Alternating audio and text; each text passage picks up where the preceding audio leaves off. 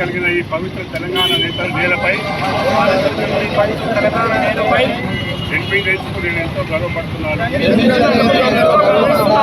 నా తెలంగాణ ఎల్లవేళలా నేను గుండెల్లో పెట్టి కాపాడుకుంటాను. కేసీఆర్ గారి నాయకత్వంలో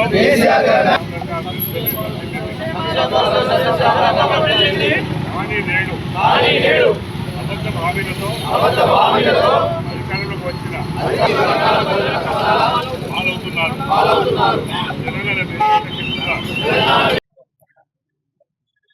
తెలంగాణ రాష్ట్రం సాధించుకొని 12 సంవత్సరాలు పూర్తయిన శుభ సందర్భంగా ఈరోజు తెలంగాణ ప్రజలందరూ కూడా మరి శుభాకాంక్షలు తెలియజేస్తూ 60 సంవత్సరాల ఆకాంక్ష తెలంగాణ ప్రజల ఆకాంక్ష నెరవేర్చిన ఘనత 14 సంవత్సరాల సుదీర్ఘ పోరాటం గాంధీ మార్గంలో చేసి తెలంగాణ సాధించుకున్న ఘనత గౌరవ కేసీఆర్ గారిది.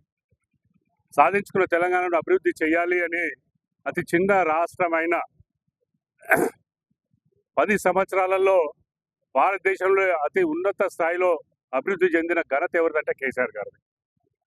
మరి గత 2.5 సంవత్సరాల్లో ఏం జరుగుతుందని ఒక్కసారి ఇస్తే బాధేస్తూ ఉంది. ఎందుకంటే ఆర్థిక పరిస్థితి తిరోగమనమై మన తెలంగాణ మా నాయకులు కానీ కార్యకర్తలందరూ కూడా మళ్ళీ ప్రతిజ్ఞ చేయడం జరిగింది. మళ్ళీ పోరాటం చేసి మన అస్తిత్వాన్ని మన గౌరవాన్ని కాపాడుకుందామనే పరిస్థితి మరి ఆసనమైంది, మేము కట్టుబడిందని ప్రతిజ్ఞ చేయడం జరిగింది. మళ్ళీ ఒక్కసారి మరి ఆలోచించాలి ప్రజలు కూడా.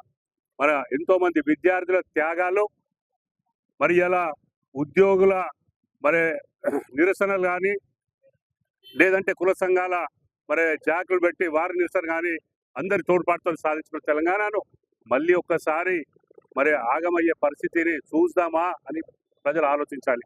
అందుకని మన ప్రజలందరూ కూడా విన్నపం చేస్తూ ఉన్నాము.